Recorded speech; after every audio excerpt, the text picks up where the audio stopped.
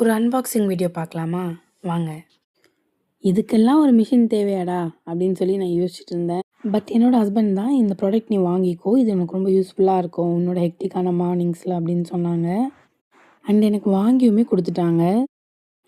இது என்னன்னு யோசிச்சிங்கன்னா, அகாராவோட egg boiler.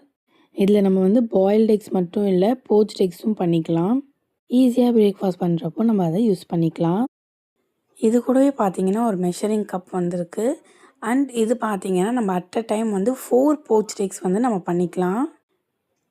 And ஒரு கிளாஸ் லிட் கொடுத்துருக்காங்க. நம்ம பாயில் பண்ணும்போது நம்ம க்ளோஸ் பண்ணி வச்சுக்கலாம். இந்த ஸ்டவ்வை பார்த்த உடனே எனக்கு ஒரு படத்தில் லிஃப்ட்லேயே சமைப்பாங்க தெரியுமா, அந்த சீன் தாங்க ஞாபகம் வந்துச்சு. என்ன மாதிரி உங்களுக்கும் தோணுதான்னு மறக்காமல் சொல்லுங்கள்.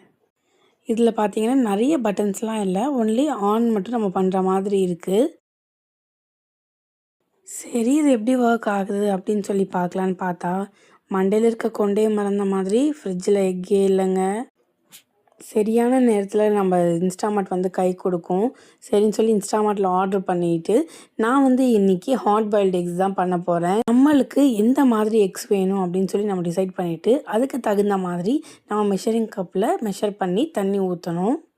இது எப்படி ஒர்க் ஆகுதுன்னு பார்த்தீங்கன்னா, நம்ம ஊற்றுற வாட்ரு வந்து நல்லா பாயில் ஆகி வர ஸ்டீமில் பார்த்தீங்கன்னா இந்த எக்ஸ் வந்து பாயில் ஆகுது.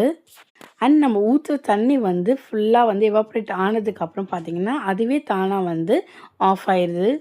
இது உங்களுக்கு தேவையா அப்படின்னு நீங்கள் நினச்சிங்கன்னா, நம்மளோட ஒர்க்ஸை சிம்பிளர் பண்ணி தரதுக்கு தான் இந்த மாதிரி மிஷின்ஸ்லாம் வந்திருக்கு. ஹவுஸ் ஒய்ஃபான நம்மளுக்கு இந்த மாதிரி சின்ன சின்ன ஹெல்ப் யாராவது பண்ணால் நல்லா தானே இருக்கும்.